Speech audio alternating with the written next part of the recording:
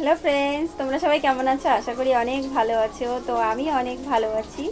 তো আজকে আমি কাঁচা ইলিশের ঝাল রেসিপি করব একদম সহজভাবে, শর্টে।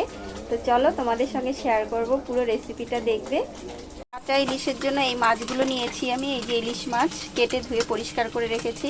এখানে আমি মশলা নিয়ে নেব, কিছুটা সাদা সর্ষে, কিছুটা কালো সর্ষে,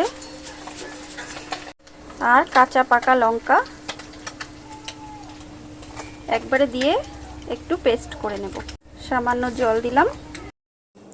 তো এখানটায় আমি কালো জিরে সর্ষের তেলে ফোড়ন দিলাম, আর এখানে লবণ হলুদ মাছে মাখিয়ে নিয়েছি, আর এখানে সর্ষে কাঁচা লঙ্কা বেটে নিয়েছি, সেটাই আমি তেলের মধ্যে দিয়ে দেবো। এবার কালো জিরে ফোড়ন দিয়েছিলাম তেলের মধ্যে, তা সর্ষেটা ভালো করে একটু নাড়িয়ে চাড়িয়ে হালকা ভেজে ওই বাটি ধোয়া জলটা দিয়ে দিলাম।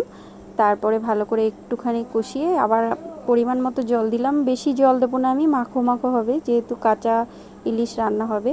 তো তার সঙ্গে আমি লবণ আর হলুদ পরিমাণ মতো দিয়ে দিলাম 1 চামচ করে।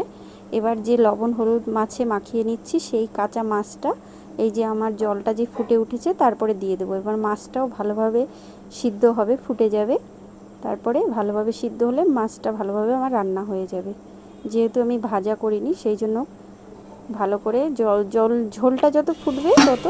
তো ঢাকনা আমি খুলে নিয়েছি। কাঁচা ইলিশের ঝাল কিন্তু আমার পুরো হয়ে গেছে। দেখো একদম মাছটা ভালোভাবে কিন্তু সিদ্ধ হয়ে গেছে। আমি ঢাকা দিয়ে রেখেছিলাম 20 মিনিট, আর গ্যাস কমিয়ে আস্তে আস্তে জাল দিয়েছি যাতে ভালোভাবে সিদ্ধ হয়। এবার একটু কাঁচা সর্ষের তেল দিয়ে নামিয়ে নেব। এই দেখো, এটা কিন্তু খেতে গরম গরম ভাতে যা টেস্টি হবে না। একটু কাঁচা সর্ষের তেল দিয়ে দিলাম, সেন্টটা খুব ভালো আসবে। ইলিশ মাছ বলে কথা। এই যে দেখো কত সুন্দর। এবার নামিয়ে নেব। তো মাছ আমি কিন্তু নামিয়ে নিয়েছি, দেখো কত সুন্দর হয়েছে এটা।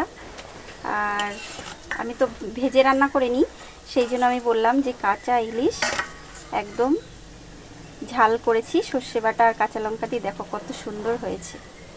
তো রেসিপিটা তোমাদের কেমন লাগলো অবশ্যই কমেন্ট করে বলবে। ভালো লাগলে লাইক সাবস্ক্রাইব করো, শেয়ার করো। পরে আবার নতুন কিছু নিয়ে আমি আসবো।